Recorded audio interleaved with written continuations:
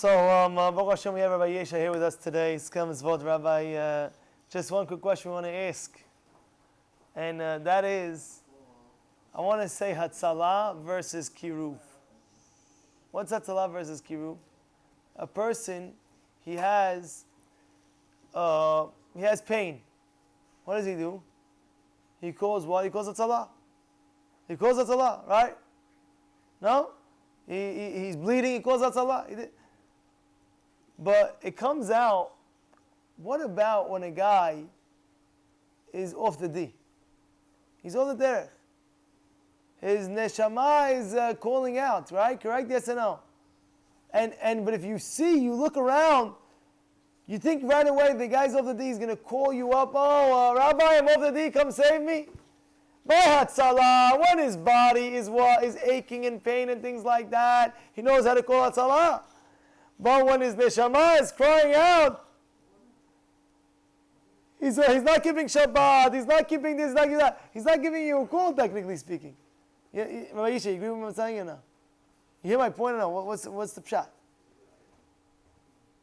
Pshat is that when a person is going out of his way to do, you have to bring people.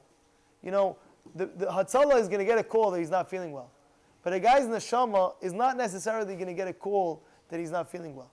And therefore, it's incumbent upon us that we have to go bring them in. What's KIRUV? KIRUV is about is you just show the guy love. Yeah, I love you, what's doing, you're the best guy, come to pray, come to knees. I'm telling you, yesterday I was on a phone call. I gave one text out to one guy. So, Rabbi, thank you for reaching out. I was going to sleep Shavuot night, but now that you text me, I'm going to come up all night. Why? Yeah, no joke. I'll show you the text. He's going to sleep all night. He says, I said, why? He said, because I have no place, I have no rabbi, I have no this. That's what it is. A lot of people out there are lost. They're lost. Why are they lost? Because that's the way it was. They gave upbringing and this and that. And therefore, we have to go ahead and try to pull them in. You know, there was one, you ever hear of HENNY MACHLIS? Does that sound? Right? Right? Alei Shalom, HENNY MACHLIS. You know what she used to say? She used to say that once a month, you should try to set up shidduch. That was the thing. How many shidduchim are out there not being set up? You know a guy, you have a friend in shul, you have him, he's there. Nobody could go and set him up. I'm sure your wife has a friend, or your wife has a cousin, or you have a cousin, or you have this, you have that. Broadcast out. You hear a girl's not married, try. I'm not saying for sure, maybe just try. Once a month. Something. That's what she advised. Once a month, try to do shidduch. Same thing. Once a month, try to bring a person back b'tshuva. It's not hard. Just pull him in. Did you hear this shiur? Did you hear that shiur? Did you hear this shiur? Did you hear that shiur? Did you go to shul this week? Did you go this? Did you do this? Did you do that? So many people out there in life, and it can be under your nose. If you just pull them in, they'll be religious. It's not hard. They just don't know. They have no direction. It's like I remember Shavuot night, Abdul, he was here, and he said, Rabbi, I said, what? He said, Rabbi, you mind if I bring one guy, two guys? He said, yeah, of course. He called in a guy, Isaac Ariah. Called him in. Said, you're walking this, that. Yeah, he didn't have a place. He wasn't going anywhere. So where are you sleeping? I'm talking about 10 years ago. 10 years ago. He was a kid, Isaac. He was 16, 17. He said, what are you doing? I want you to come learn by Palacci's Minyanko. He learned one time, and then he brought all his friends.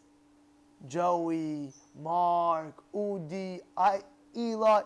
5 guys. Till today, they're all learning because that one night they called him in and they came in and he brought all his friends. And they pray every single morning and they learn every single... Wow. Yeah? And how did Abdul come into the minyan? And he learned for years. Every day he's learning. Every night he was learning. How? Slowly. What did he do? He saw Abdul one time. He was walking. He said, what are you doing? You learning? Come learn with us. He came one time to shiur and ever since then anything.